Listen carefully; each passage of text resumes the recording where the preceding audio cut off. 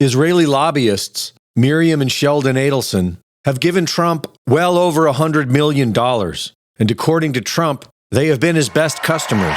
You know, Miriam and Sheldon would come into the White House probably almost more than anybody outside of people that work there. And they were always after, and as soon as I'd give them something, always for Israel. As soon as I'd give them something, they'd want something else. I'd say, give me a couple of weeks, will you please? On the same week, it was announced that the government just saved $1 billion. $1 billion was sent to Israel. And President Trump's first guest to the White House was Israeli Prime Minister Benjamin Netanyahu, wanted by the ICC for an ongoing genocide. Would Palestinians have the right to return to Gaza if they left while the rebuilding was happening? It would be my hope that we could do something really nice, really good, where they wouldn't want to return. Why would they want to return? The place has been hell. It's been one of the meanest, toughest places on earth.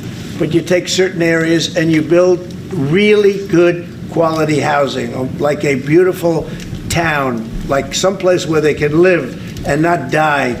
Because Gaza is a guarantee that they're going to end up dying. The same thing's going to happen again. The U.S. will take over the Gaza Strip, and we will do a job with it, too. We'll own it and be responsible for dismantling all of the dangerous unexploded bombs and other weapons on the site, level the site and get rid of the destroyed buildings, level it out, create an economic development that will supply unlimited numbers of jobs and housing for the people of the area.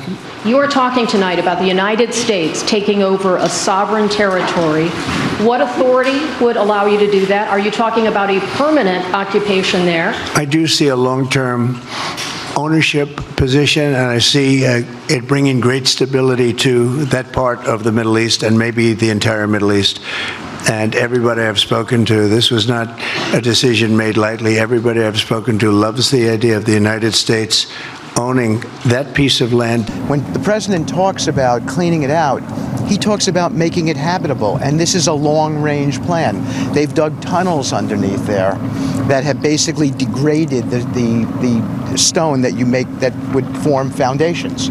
We have to examine that. You do it with borings. You do it with subterranean surveys. How long could that take? And this guy knows real estate. It's years on top of years. The disposal effort in Gaza is, we estimate, 3 to 5 years just to dispose of all the things before you can look down beneath the surface of the soil, and then before you get a master plan done. And the president is intent on getting it all done correctly. So to me, it is unfair to have explained to Palestinians that they might be back in 5 years. That's just preposterous. And he's just taking a common sense approach. I feel very differently about Gaza than a lot of people. I think they should get a good, fresh, beautiful piece of land, and we get some people to put up the money to build it and make it nice and make it habitable and enjoyable and make it a home. They don't want to leave, though. Palestinians say they don't want to leave. I don't know how they could want to stay. It's a demolition site.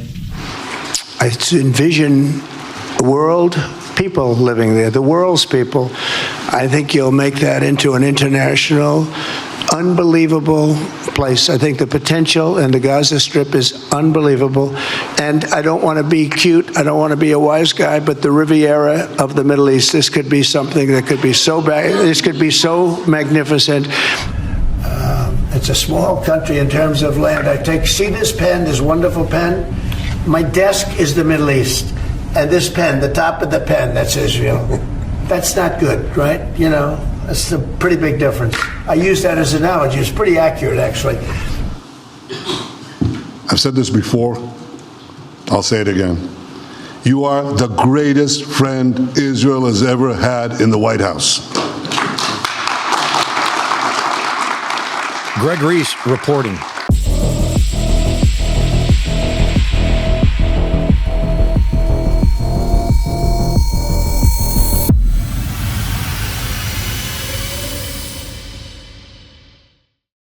The Reese Report is now fully funded by my Substack subscribers.